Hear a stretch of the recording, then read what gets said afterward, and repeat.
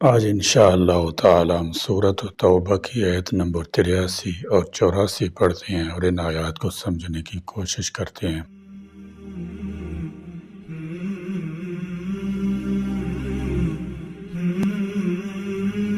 اعوذ باللہ من الشیطان الرجیم، بسم اللہ الرحمن الرحیم۔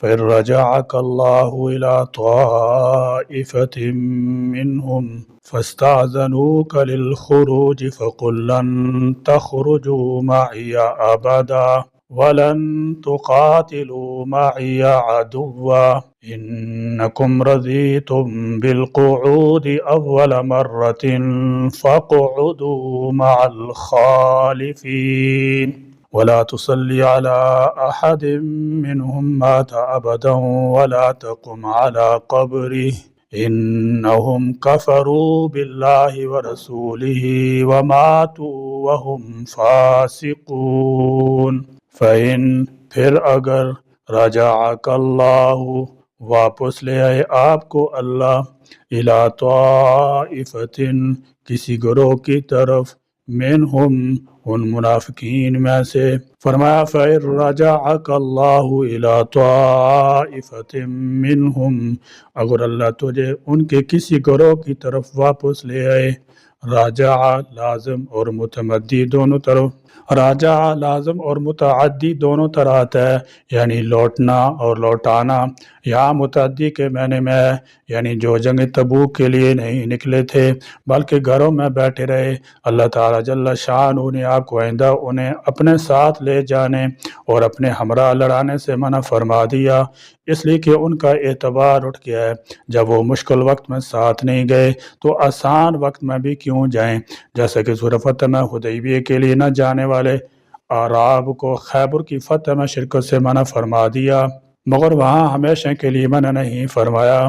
جنگ تبوک سے پیچھے رہنے والے منافقین کو ہمیشہ کے لیے ساتھ لے جانے سے منع فرما دیا۔ حضرت شاہ عبد القادر رحمۃ اللہ تعالی فرماتے ہیں کہ یہ جو فرمایا کہ وہ پھر لے جائے تجھے اللہ کسی فرقہ کی طرف، وہ اس واسطے کہ یہ ایس سفر میں نازل ہوئی، یہ لوگ مدینہ میں منافق تھے اور فرقے اس واسطے فرمایا کہ بعد منافق پیچھے مڑ گئے اور سب بیٹھنے والے منافق نہ تھے، بعد مسلمان بھی تھے، ان کی تقصیر معاف ہوئی۔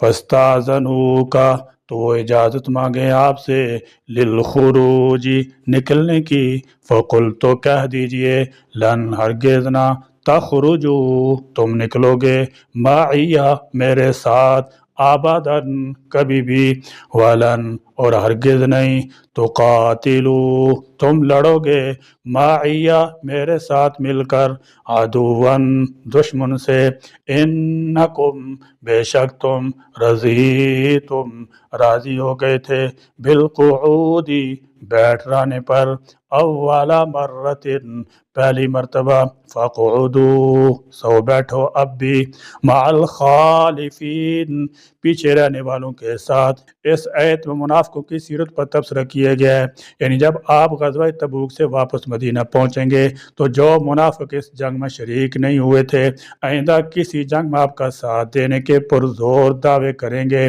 تو آپ ان کے ایسے دل خوش کر دینے والے اور زبانی دعووں کا قطعاً اعتبار نہ کیجیے، کیونکہ اگر ایسا وقت آ بھی گیا تو یہ لوگ اس وقت بھی یہی کچھ کریں گے جو اس دفعہ کر چکے ہیں، یعنی پھر وہ جھوٹے بہانے تراش تراش کر آپ سے مدد کرنے لگیں گے۔ تو اس سے بہتر یہی ہے کہ اب اسے انہیں پکی رخصت دے دو اور کہہ دو کہ تمہارے نصیب میں بس عورتوں اور بچوں کی طرح پیچھے رہنا ہی لکھا ہے، لہذا تم خوش تو ہو لو، اس طرح آئندہ تمہیں نہ کوئی ہیلا بہانہ کرنا پڑے گا اور نہ کسی مدد کی ضرورت پیش آئے گی۔ اسی طرح ہمارا معاشرہ بھی منافقت کی انتہا کو پہنچ گیا ہے۔ ہمارے ملک میں بھی پچھلی چند دہائیوں سے ایسے حالات پیدا کیے گئے ہیں جس سے پورے معاشرے کا اعتماد متزلزل ہوا ہے، عوام کو اپنے رہنمائی پر اعتماد رہنماؤں پر اعتماد ہے، نہ رہنماؤں کو عوام پر۔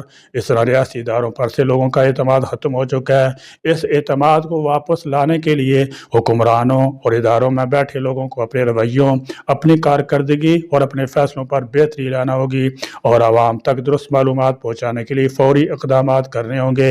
اعتماد ایک ایسی طاقت ہے جو فرد، افراد اور معاشرے کو اس قدر مضبوط کر دیتی ہے کہ وہ اندیکھے رب کے ہر حکم کو بجا لانے اور اسے اپنا معبود بنانے پر تیار ہو جاتے ہیں۔ پھر ایسے افراد اور معاشرے آپسی معمولات اور معاملات میں بھی ایک دوسرے پر اعتبار یقین کرتے ہیں۔ اس دنیا میں اربوں اور خربوں ڈالر کے سودے بھی اعتبار پر ہی ہوتے ہیں۔ مالدار لوگ اپنے کروڑوں اربوں بینکوں میں رکھتے ہیں، یہ سب اعتماد ہوتا ہے۔ جب کسی ملک یا معاشرے کے لوگوں کا ایک دوسرے پر سے اعتبار اٹھ جاتا ہے تو پھر وہ ملک یا معاشرہ افراتفری اور بے یقینی کا شکار ہو کر ڈوبنے لگتا ہے۔ یہ اعتماد کیسے قائم ہوتا ہے اور اس کو تعمیر کرنا کس کی ذمہ داری ہے؟ اس سیارہ زمین پر اعتماد کی بنیاد انبیاء علیہ السلام نے رکھی تھی، جنہوں نے اللہ کے رب کائنات ہونے کا یقین دلایا اور ایسی نشانیاں دکھائیں کہ انسان کا رب پر ایمان قائم ہو جائے۔ آج کی دنیا کو دیکھیں تو جن ممالک میں اور معاشرے میں اعتماد کی فضا ہے وہاں زندگی آسان ہے اور ان ممالک میں خوشحالی ہے۔ آج کی دنیا کے اندر حکمرانوں اور رہنمائیوں کی ذمہ داری ہے کہ وہ اپنے اپنے ملکوں کے افراد میں اعتماد کی فضا قائم کریں۔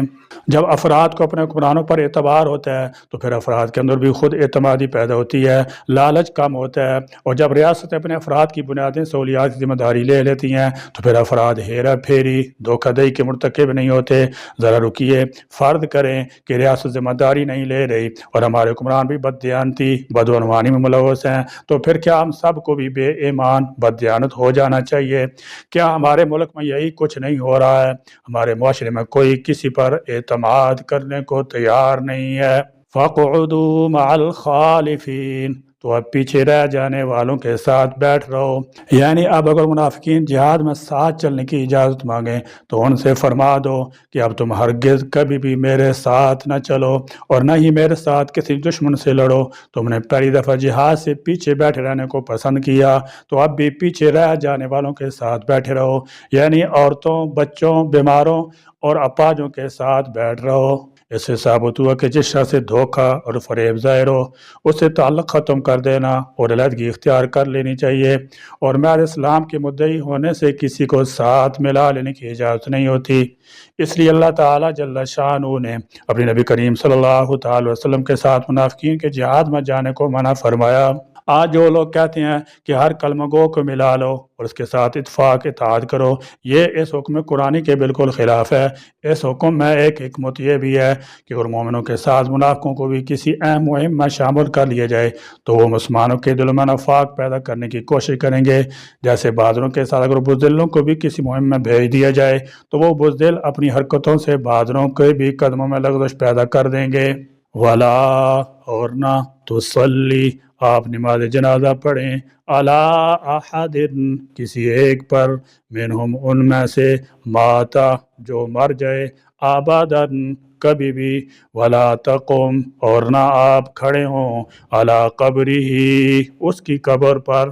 یہ نماز جنازہ اور دعائے مغفرت نہ کرنے کی علت ہے، جس کا مطلب یہ ہے کہ جن لوگوں کا خاتمہ کفر و فسق پر ہو ان کی نہ نماز جنازہ پڑھنی چاہیے اور نہ ان کے لیے مغفرت کی دعا کرنا جائز ہے۔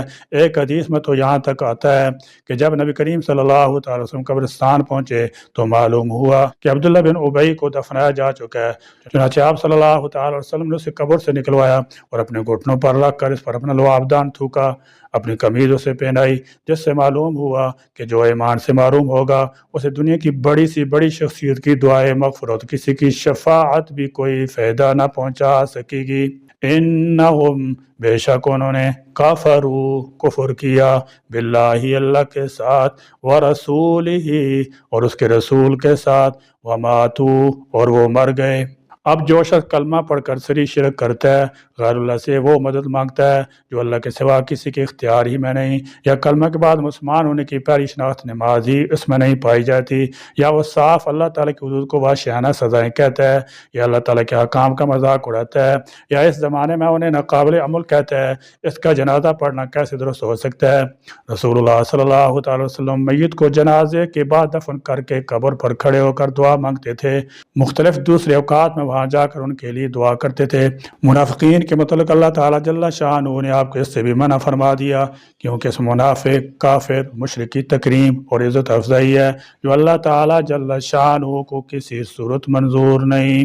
وہم، اور اس حال میں کہ وہ فاسقون، نافرمان تھے۔ یہ آیت اگرچہ رئیس المنافقین عبداللہ بن ابی کے بارے میں نازل ہوئی، لیکن اس کا حکم عام ہے، ہر شخص جس کی موت کفر نفاق پر ہو اس میں شامل ہے۔ اس کا شان نزول یہ ہے کہ جب عبداللہ بن ابی کا انتقال ہو گیا تو اس کے بیٹے عبداللہ جو مسلمان اور باپ ہی کے ہم نام تھے، رسول اللہ صلی اللہ تعالی وسلم کی خدمت میں حاضر ہوئے اور کہا کہ آپ بطور تبرک اپنی قمیض عنایت فرما دیں تاکہ میں اپنے باپ کو کفنا دوں، دوسرا آپ اس کی نماز جنازہ پڑھا دیں۔ آپ نے قمیض بھی عنایت فرما دی اور نماز جنازہ پڑھانے کے لیے بھی تشریف لے گئے۔ حضرت عمر رضی اللہ تعالی عنہ نے آپ صلی اللہ تعالی وسلم سے کہا، اللہ تعالیٰ نے ایسے لوگوں کی نماز جنازہ پڑھانے سے روکا ہے، آپ کیوں اس کے حق میں دعائیں مغفرت کرتے ہیں؟ آپ صلی اللہ تعالی وسلم نے فرمایا، اللہ تعالیٰ نے مجھے اختیار دیا ہے، یعنی روکا نہیں ہے۔ اللہ تعالیٰ جل شانہ نے فرمایا کہ اگر تو 70 مرتبہ ان کے لیے استغفار کرے گا تو اللہ تعالیٰ نے معاف نہیں فرمائے گا، تو میں 70 مرتبہ سے زیادہ ان کے لیے استغفار کر لوں گا۔ چنانچہ آپ صلی اللہ تعالی وسلم نے نماز جنازہ پڑھا دی، جس پر اللہ تعالیٰ جل شانہ نے یہ آیت نازل فرما کر آئندہ کے لیے منافقین کے حق میں دعائے مغفرت کی قطعی ممانعت فرما دی۔ اس آیت سے معلوم ہوا کہ اگر کوئی کافر مر جائے تو مسلمان پر لازم ہے کہ وہ اس کے مرنے پر نہ اس کے لیے دعا کرے اور نہ ہی اس کی قبر پر کھڑو۔ افسوس فی زمانہ حال یہ ہے کہ اگر مسلمانوں کے ملک میں کوئی بڑا کافر مر جاتا ہے تو مسلمانوں کی سربراہی کے دعوے دار اس کے مرنے پر اس طرح اظہار افسوس کرتے ہیں جیسے ان کا کوئی اپنا بڑا فوت ہو گیا ہے، اور اگر کوئی اس کی قبر بنی ہو تو اس پر کھڑے ہو کر دعائیں مانگتے ہیں۔ یہ دعا بالکل حرام ہے۔ عید کی مناسبت سے ہم یہاں کافر، فاسق اور مسلمان کے جنازے سے متعلق چند شرعی مسائل ذکر کرتے ہیں۔ نمبر 1، اس آیت سے ثابت ہوا کہ کافر کے جنازے کی نماز کسی حال میں جائز نہیں، اور کافر کی قبر پر دفن زیارت کے لیے کھڑے ہونا بھی ممنوع ہے۔ اور یہ جو فرمایا اور فسقی میں مر گئے، یہاں فسق سے کفر مراد ہے۔ قرآن کریم میں اور جگہ بھی فسق بمعنی کفر وارد ہوا ہے، جیسے کہ آیت افمن کان مؤمنا کمن کان فاسقا، تو کیا جو ایمان والا ہے وہ اس جیسا ہو جائے گا جو نافرمان ہے۔ فاسق کی جنازے کی نماز جائز بلکہ فرض کفایہ ہے، اس پر صحابہ کرام، تابعین رحمۃ اللہ تعالی علیہم کا اجماع ہے، اور اس پر علماء صالحین کا عمل، اور یہی اہل سنت والجماعت کا مذہب ہے۔ نمبر 3، جب کوئی کافر مر جائے اور اس کا ولی مسلمان ہو تو اس کو چاہیے بطریق مسنون غسل نہ دے بلکہ اس پر پانی بہا دے، اور نہ کفن مسنون دے بلکہ اتنے کپڑے میں لپیٹ دے جس سے اس کا ستر چھپ جائے، اور نہ سنت طریقہ پر دفن کرے اور نہ بطریق سنت قبر بنائے، صرف گڑھا کھود کر اندر رکھ دے۔ یا اللہ کریم اپنے راستہ میں ہمیں بھی کفار سے جنگ جہاد نصیب فرما، اور ہمیں اپنی نصرت سے سرخروی عطا فرما، اور کفار کو ذلیل خوار خاسر و ناکام فرما۔ یا اللہ کریم ہمیں قرآن کریم کا فہم عطا فرما۔ یا اللہ کریم ہمیں قرآنی احکام پر عمل پیرا ہونے کی توفیق عطا فرما۔ آمین۔ وآخر دعوانا الحمد للہ رب العالمین۔